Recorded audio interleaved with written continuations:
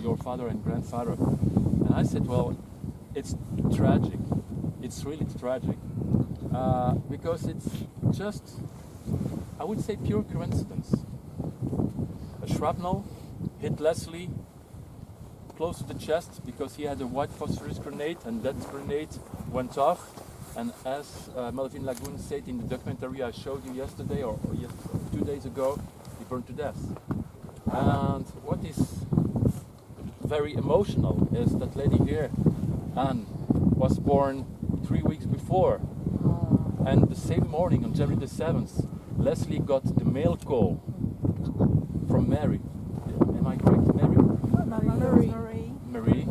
So Mary sent a letter to Leslie telling Abby, we've got a daughter. She's born now for 3. And no doubt that this letter was very important to him. So he kept it in his pocket somewhere. And the same day he received the letter, and the letter disappeared. But you are still there today to remember it. So I would like you all, family, to lay the flowers. So he died, Leslie died somewhere here in the fields. Okay. So just put on here.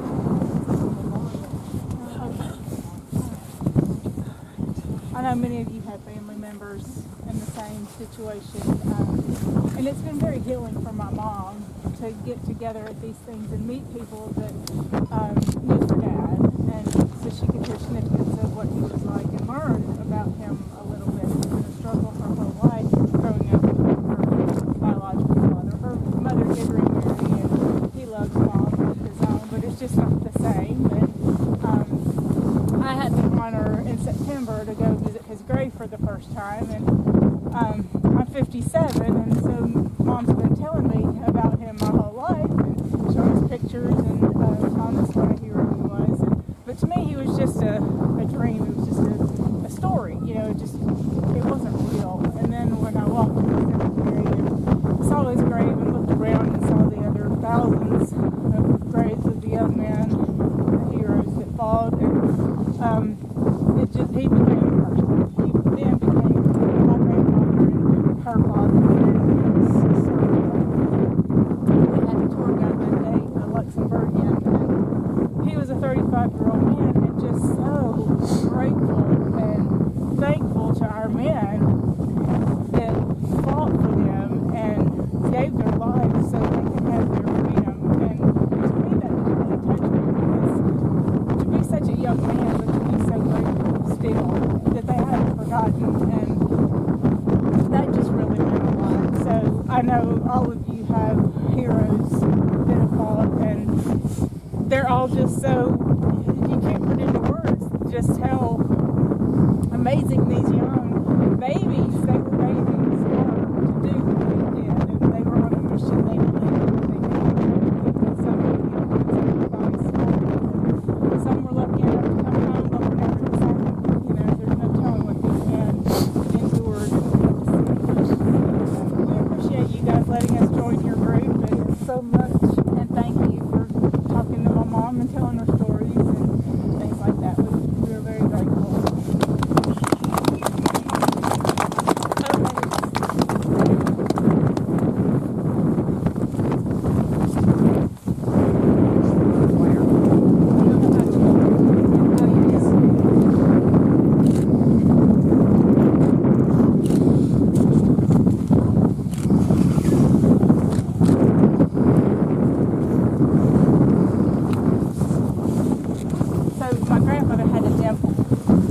gave him the cutest thing in the whole world. And I got his dimple, and I'm so excited because I feel like I get to carry a little bit of him with me.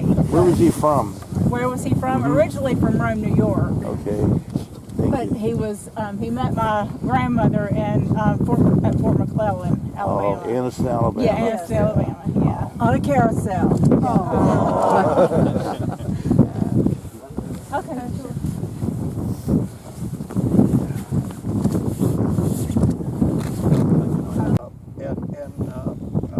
Until it got dark, it was probably close to nighttime when they got stuck